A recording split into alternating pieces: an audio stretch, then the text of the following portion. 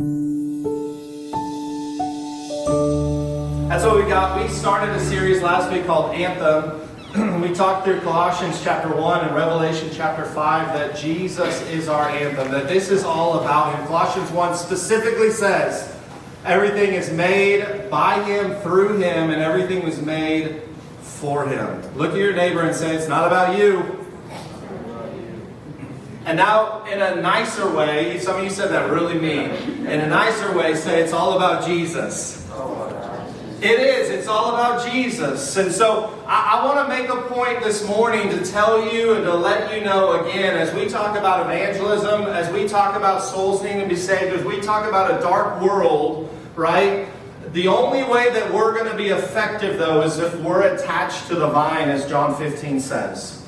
The only way that we're going to be effective is if we first love Jesus, we first are attached to Him. There's nothing that can flow out of us if it doesn't first flow in and through us.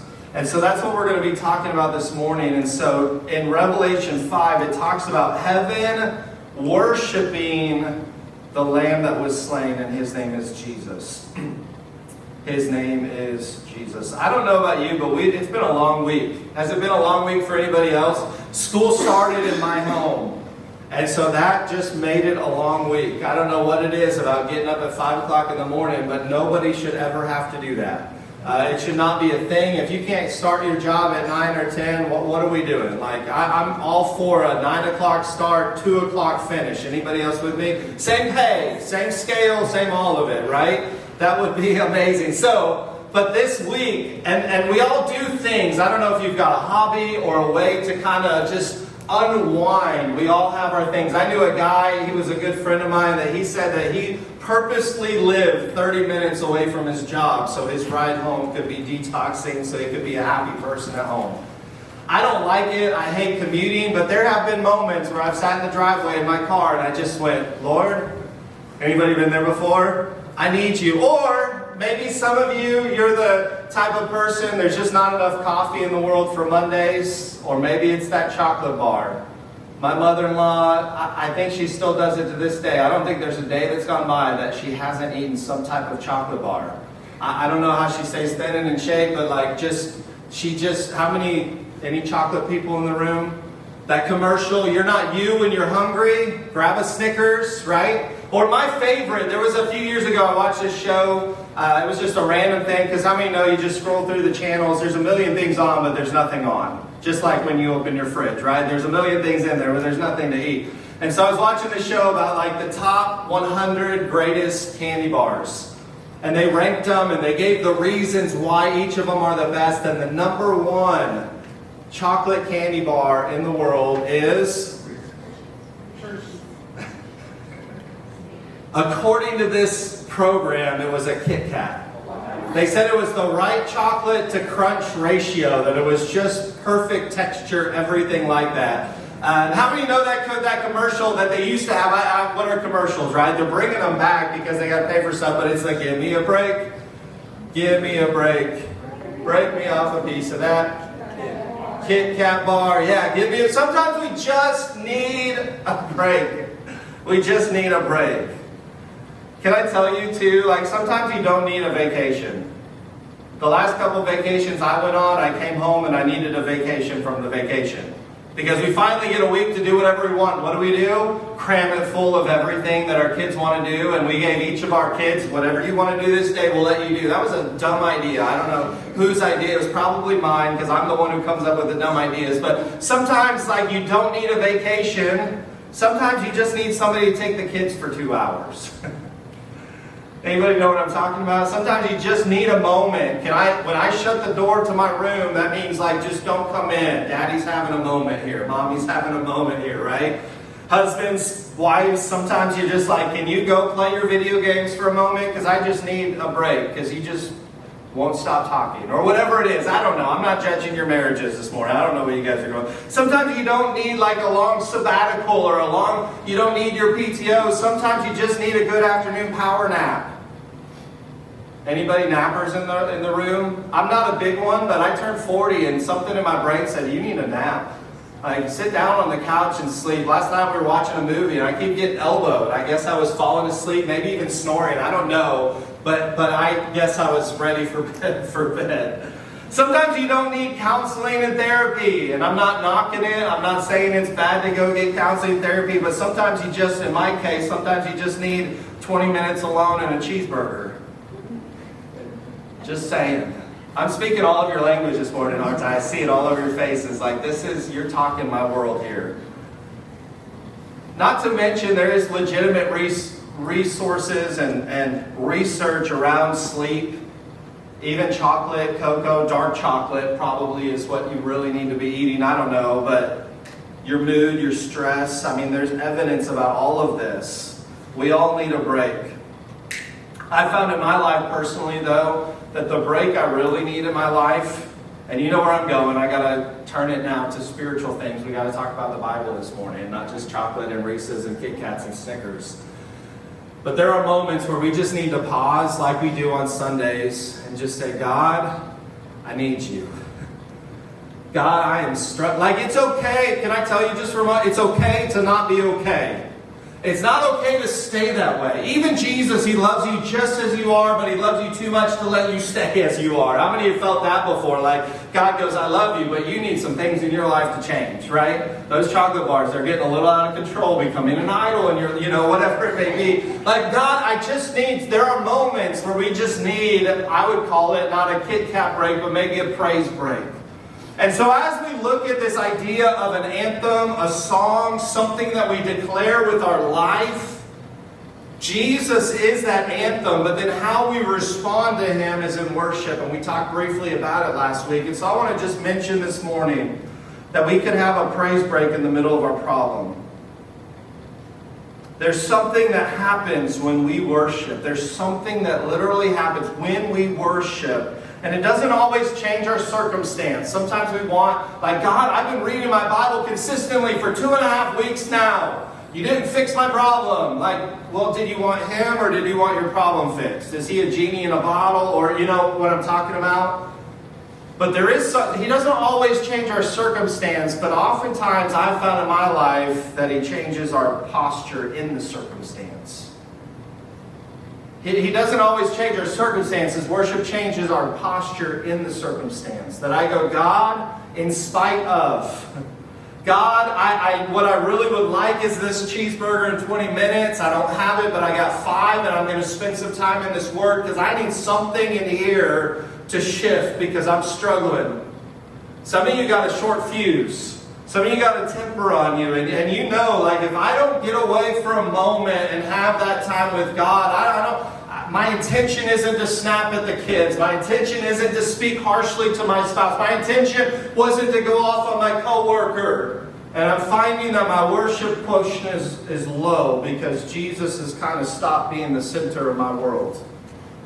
Because let's be honest, it's easy, Monday, Tuesday, Wednesday, Thursday, Friday, just get in this cycle. I'm waking up, going to work, doing my job, coming home, there's laundry. I mean, it's just a never-ending task of stuff. And it's easy for Jesus to get lost in the middle of all of it. And I'll be the first to admit it.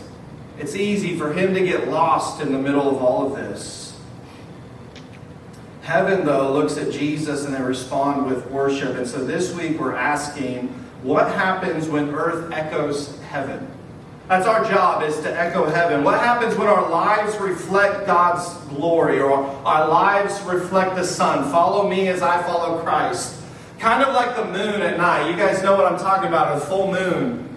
The moon itself has no light whatsoever on its own, but it lights up the darkness. Why? Because the sun shines its light on the moon and reflects it onto this earth. And that's the same way for you and I, that the S-O-N could reflect His light off of us into this dark world. That our job, what would it look like for us to echo the sun into this world? What would it look like for us to be a reflection, to be a light into this world? To echo heaven. And so here's what 3 things, they're real simple. You're going to know them. By the time I get to point 2, you're going to know what point 3 is, and you're going to be like, this is the most basic, simple thing. Last week we talked pretty heavy, pretty deep about some Jesus stuff, but this week I just want to give some practical application things for you in your life. And they might be so simple, but if you can grab, sometimes it's the simplest truths that can change your life the most, right? And so point number 1 is this: worship before your problem. Worship before your problem. In 2 Corinthians chapter 20, Jehoshaphat's the king of Judah. And he's facing this enemy. There's actually 3 nations that have come joined together to fight against Judah. And Jehoshaphat's standing there, and he says this in verse 21. He said, "And when he had taken counsel with the people, he appointed those who were to sing," everybody say sing, "to the Lord and praise him in holy attire as they went before," everybody say before the army. And say, "Give thanks to the Lord, for his steadfast love endures forever." I mean, this situation is so bad that in verse 3 of this chapter it says Jehoshaphat was very afraid. He was terrified. Some of you have been there before. Maybe it's not a physical army in your life that's staring you down, but it might be a bill that's staring you down. It might be a situation. It might be a doctor's report that's staring you down. Like, there are things in our life that can actually be more scary than 3 armies joining forces. Some days it would be easier to just see a physical enemy. How many have been there before? I don't even know what's going on in the spirit world. I just wish this could be physically present, and maybe I'd have an easier time dealing with it. Fear wasn't the issue, though. I want to make that very clear. Jehoshaphat was afraid. Faith doesn't mean that you never feel fear. It doesn't mean that you never feel fear. But look at how Jehoshaphat responds. He says, "I took counsel with the people and I began to pray. I sought the Lord." You read the whole chapter all the way up to verse 21, and Jehoshaphat is seeking wise counsel, and he's spending a lot of time in prayer. And then God gives him this direction. He says, "Appoint the singers, the worshipers." Not soldiers, not negotiators, not military strategists. I want the singers to go out first. How many have ever watched a movie like The Patriot or some type of war movie back in the day, and you got that poor guy on the drum set, on the snare drum? I always feel so bad for him. Like, I hope there's some, maybe there is, history majors, history buffs in the room, maybe there's some like unwritten rule in war that you don't shoot the drummer. No, there's not. Okay, poor guy. Like, let's talk about being not afraid. Let's talk about somebody who's got courage. That's why I like the idea and the story of Hacksaw Ridge so much, because this guy is just a conscientious objector. He refuses to carry a gun. Like, what? Everybody's making fun of him, but I'm like, who's actually more afraid in this situation? The guy who's carrying the gun, or the guy who's like, I'll go into battle without one? Like, that's dumb, right? In my opinion. And so, but Jehoshaphat goes, it doesn't make sense, but we're going to put the worshipers out front, and we're going to start praising and singing to God, and we're going to start declaring who He is and His goodness, and on and on and on. And they started singing and worshiping, and they started moving toward the enemy. And it says once they get over to the rise, you guys know what happened. Those armies were scattered. They were ambushed, it says, by the Lord. It says the Lord ambushed them, and they started killing each other. They didn't even have to fight. Praise before your problem. God moved. They began to sing and praise. God moved. They worshipped, then God fought. Some of you are fighting a battle and God's telling you, I wish you would just worship. I wish you would just spend time with me. Let me take care of the problem. There are problems, my pastor would say all the time, that whatever's over your head is under His feet. And so if there's issues in your life, if there are problems, there are moments, and I'm not saying you don't need to be responsible. Well, Pastor Adam said, I don't need to pay my bill, that I just need to worship. No, pay your bill. That's not what I'm talking. You know what I'm talking about. Pay your bills. But if there's something looming in front of you, before you hit it head on, say, God, I'm struggling. I'm acknowledging that I'm not enough. I'm weak. I'm pitiful. I've had to do that so many times, more than I like to count. God, I am just an awful husband, father, provider, list on and on and on. I need you. And then every time, without fail, God shows up. He doesn't always, again, change the circumstance. Sometimes He changes me. Sometimes he says, would you do this instead? Would you call this person? Would you move in this direction? Things that we would have never thought of on our own to solve the situation, and God shows up. And again, worship doesn't deny the problem, but it declares that the problem isn't bigger than God. It declares that the problem isn't bigger than God. You can be afraid, but you worship anyway. You can be confused and you can still worship. You can have questions and you can still worship. You can not know what God is doing behind the scenes like so many of us, and you can still know who God is. And that's the difference between worship based on circumstance and worship based on character.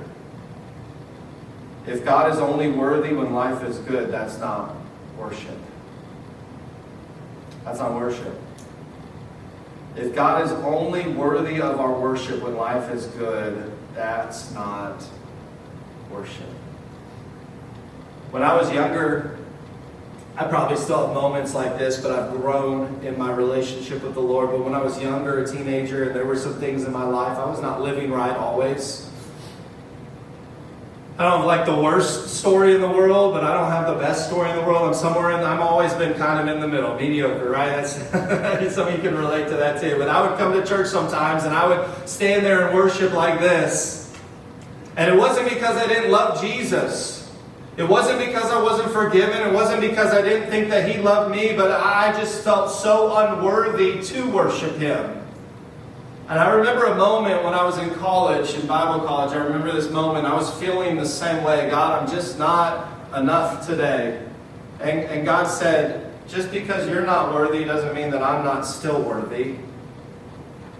Am I not worthy of your praise, regardless of your situation? And I know it's, again, a simple thing, but for me it was such a click to go, God, I'm not worthy, but you still are.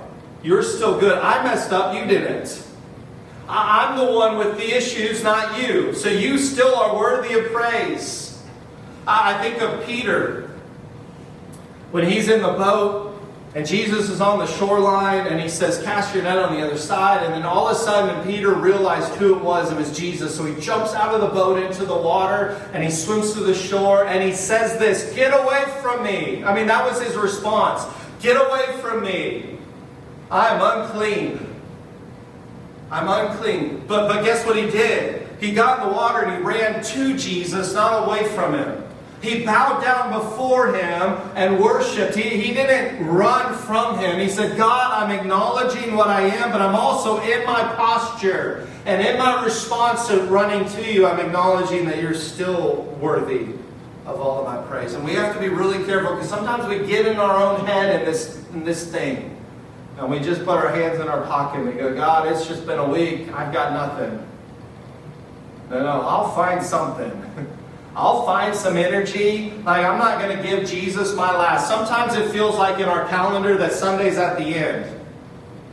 It's the end of the weekend. We're getting ready for Monday. Half of you are already thinking about what you've got to do to get ready for tomorrow, where you're going to lunch, because I was talking about Kit Kats and cheeseburgers here earlier, your stomach growls. Like we're already thinking about those things because we feel like Monday's the end. But the disciples, they said, we're gonna start worshiping on Sunday, on the first day of the week, to give Him our best.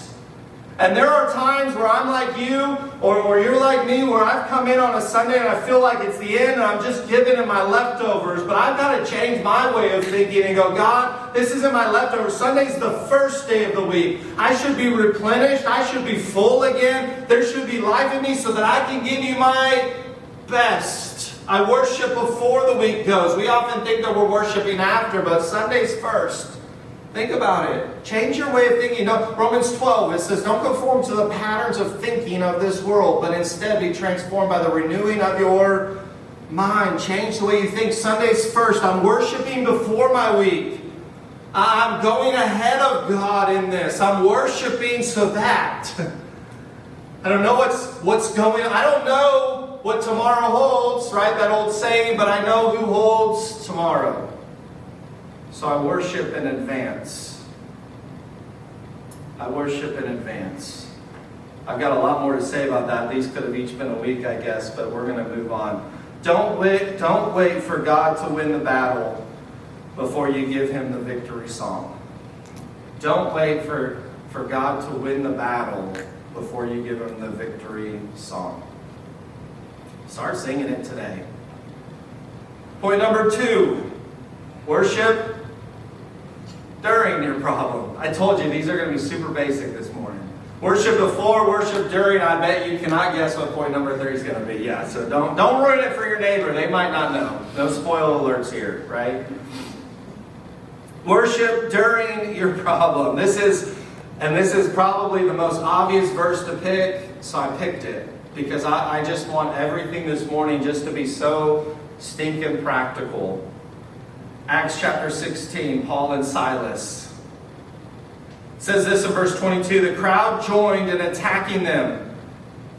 We'll get to the part that's up in the screen in a minute. The magistrates tore their garments off of them, gave orders to beat them with rods. And then when they had inflicted many blows upon them, they threw them into prison, ordering the jailer to keep them safely. Having received this order, he put them into the inner prison and fastened their feet in the stocks. They had done nothing wrong.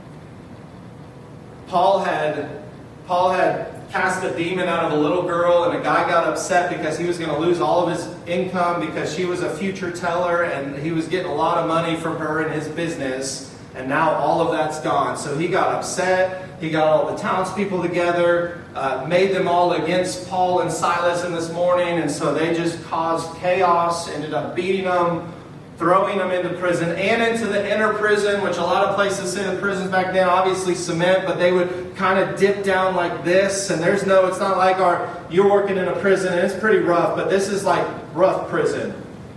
There's no like stainless steel toilet in there, that they get. And so everything runs to the center. There's the inner. I won't go any further into that. But Paul and Silas aren't in a good place. Let's just say that. They were falsely accused. They were beat. He was a Roman citizen on top of it, if you read through the book of Acts, all the time he's having to go, hold on, I'm a Roman citizen. They're like, oh, we can't hurt you anymore. Never mind. Like it's always the case. He's always getting in trouble. Can I ask you just for a moment, just for fun, when was the last time you got in trouble because of Jesus? When was the last time your boss told you to quit talking so much about Jesus?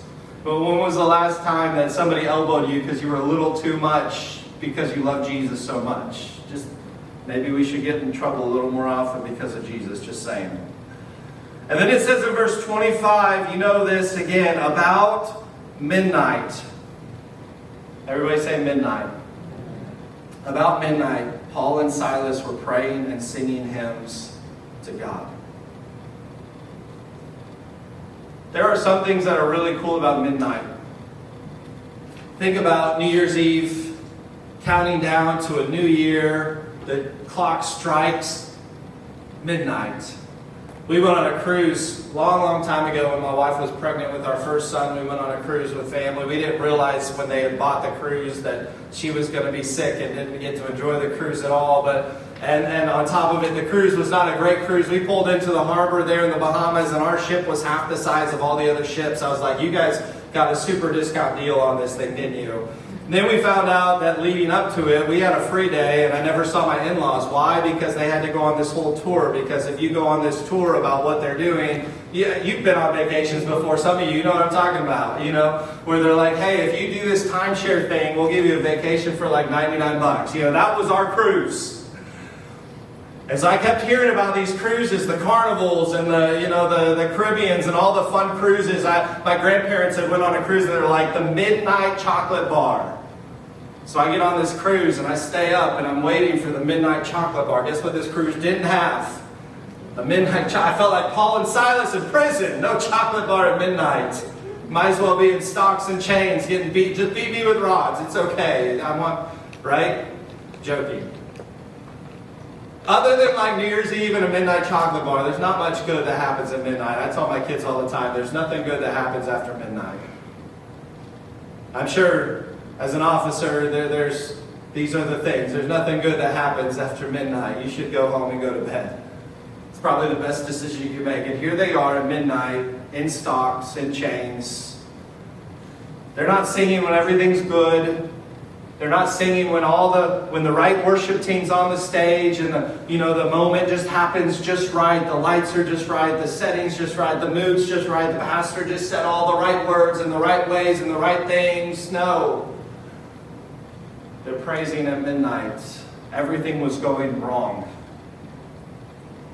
You don't need to see the way out to worship the one who is the way. You don't need to see the way out of your situation, your problem, your circumstance, to worship the one who is the way, the truth, and the life. The one who makes a way where there seems to be no way. If you're in the middle of something right now, church, if you're in the middle of a situation and you don't know your left from your right, you can hardly see your hand in front of your face. Sometimes we get in these moments, and it might not be now, but there will be a day that you're going to be in the midnight hour in the inner prison, it feels like Paul and Silas. You don't have to see the escape. You don't have to see the way out to worship the one who knows the way out. And then Scripture says, kind of a side note in verse 25 in the next part, the prisoners, though, were listening to him. And I love that. I'm not going to talk about evangelism here. I had planned this month on being an evangelism month. Last month we talked about what's our assignment, what's our burden, what's the vessel, what are we going to build to save a generation? And it felt like the natural thing would be to go into evangelism and say, now go reach the lost. Go share with Jesus. But he just paused me and he goes, listen, first I need you to fall deeply in love with me.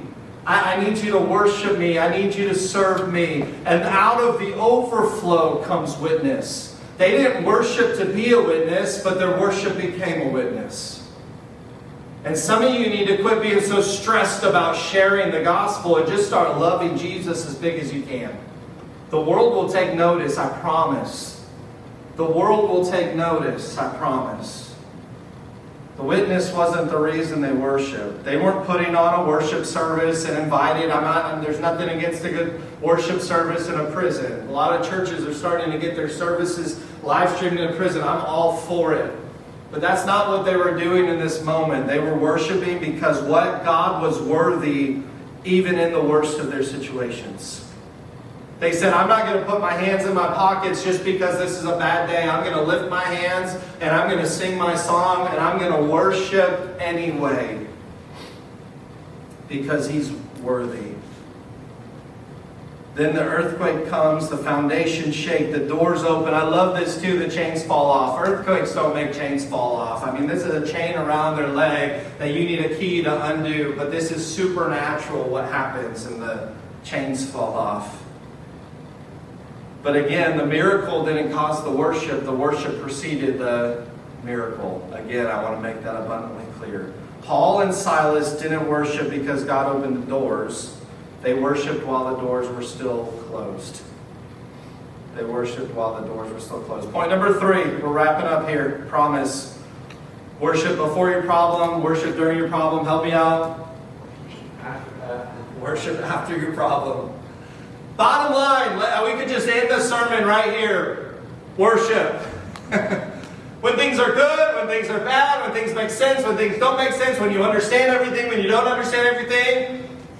Worship. Yeah, worship, worship, worship. Exodus chapter 14, verse 21 and 22, it says this, Then Moses stretched out his hand over the sea. The Lord drove it back by a strong east wind all night and made the sea dry land, and the waters were divided. The people of Israel went right into the midst of the sea on dry ground, the waters being a wall to them on their right and to their left. I mean, Israel literally has a sea in front of them and an Egyptian army behind them and no way out. We've either got to go through the army or go through the sea, and I don't know how any of them are happening. We're not soldiers and we're not good swimmers. Maybe they are, but this is a Red Sea. This is not just something that you swim through. Pharaoh behind them, the sea in front of them, no way forward, no way back.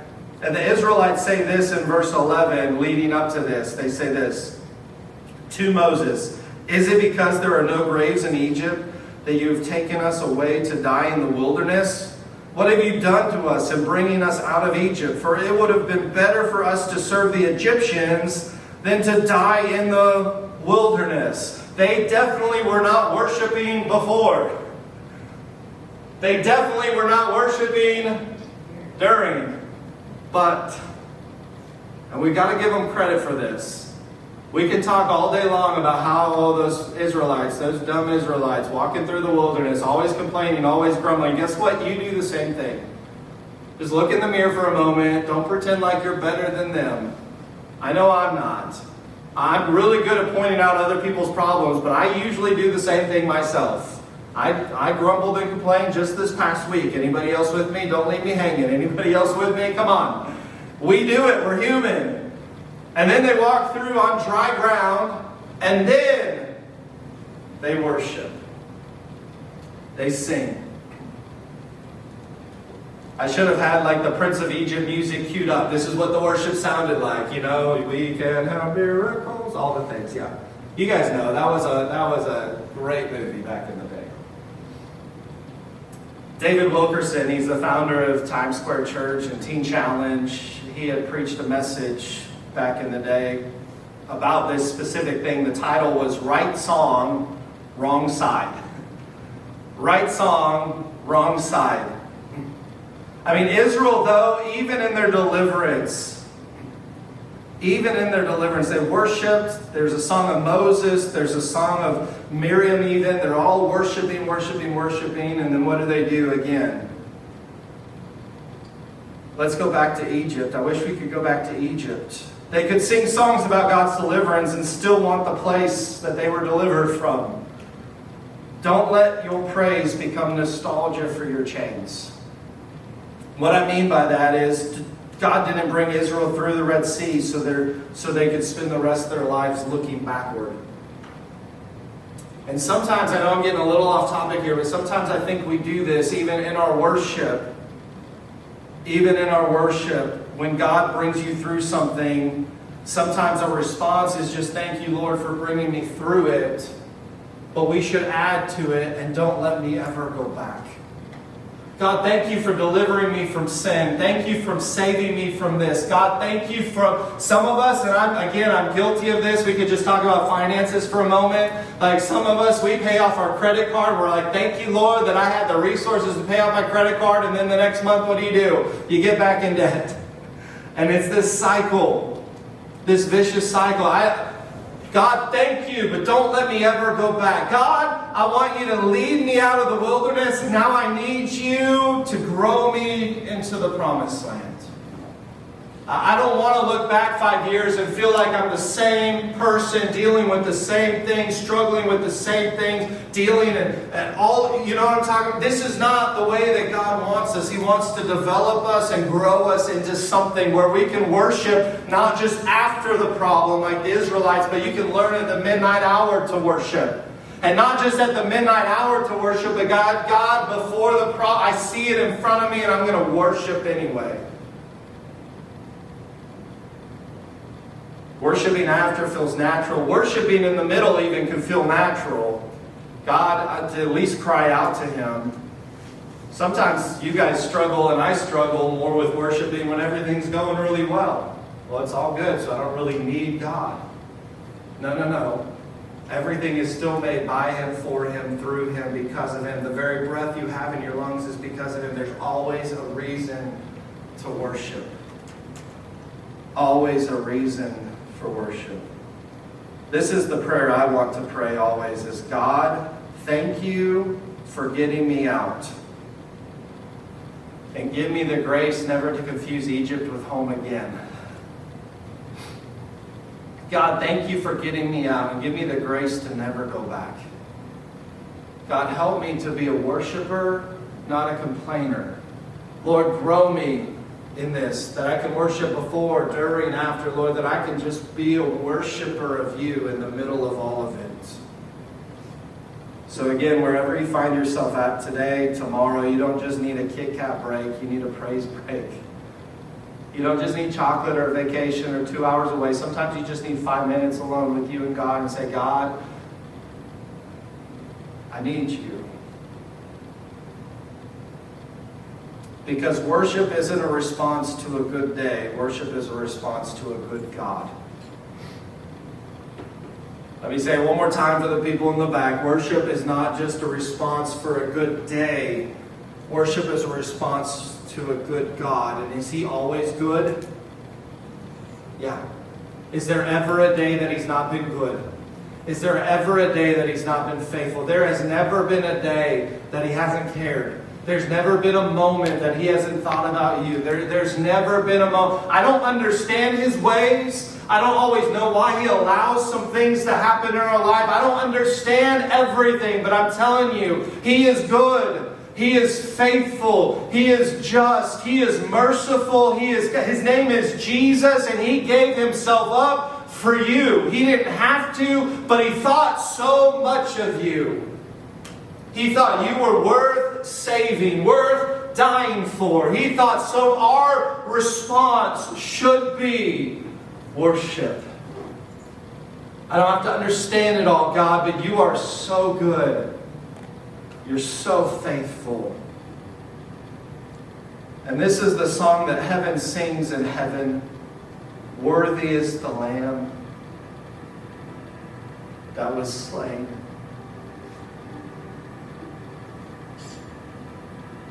The elders, right? We talked about this. Every time that song would be sung, they would get off of their thrones, throw their crowns down, and they would lay prostrate on the ground, singing, "To Him who sits on the throne and unto the Lamb be blessing and honor and glory and power forever." This is the song of heaven. And I would ask this morning if we could echo it. When things are good, that we can still say He's worthy. When things are bad, we can still say He's worthy. When we understand it all, He's worthy. But when we don't understand it all, He's still worthy. Before the battle, He's worthy. During the battle, He's worthy. After the battle, He's worthy. That we can let our lives echo heaven, reflect heaven, be a light to this world, not strictly because we just need to evangelize, because we just have fallen so deeply in love with Jesus that we just worship everywhere that we go. I love what they say about the disciples. Peter and James is there, and John is there in the temple. They just healed the beggar. Peter and John are there. They're standing before the Sanhedrin, and they said, "These are uneducated men, but we recognize that they have been with Jesus. We don't know a lot about them, but we see Jesus in them." And then Peter and John's response was almost the same thing. We can't help but speak of the things that we've seen and experienced in our lives. That should be our anthem. That should be our cry, you might say, in our life, is why do you keep talking about Jesus? Because I can't help it. I'm so in love with Him. Because of the things I've seen and experienced. He's been too good to me. But why do you have so much joy? Look, can I tell you about Jesus who just gives me overflowing joy? I know it doesn't make sense. I know I'm a wacko. I know I'm crazy. I know I'm a little off. But let me tell you about Jesus. I'll tell you this. The world is looking for a little off. They're looking for something different. They are the reason we're spiraling as a nation. It's because there's people out in the world looking for peace, hope, some type of purpose. They're looking in all the wrong places, but would they find in us? Would they find in us that life? Would they find in us that purpose? Would they find in us Jesus? Bow your heads with me this morning. He's worthy.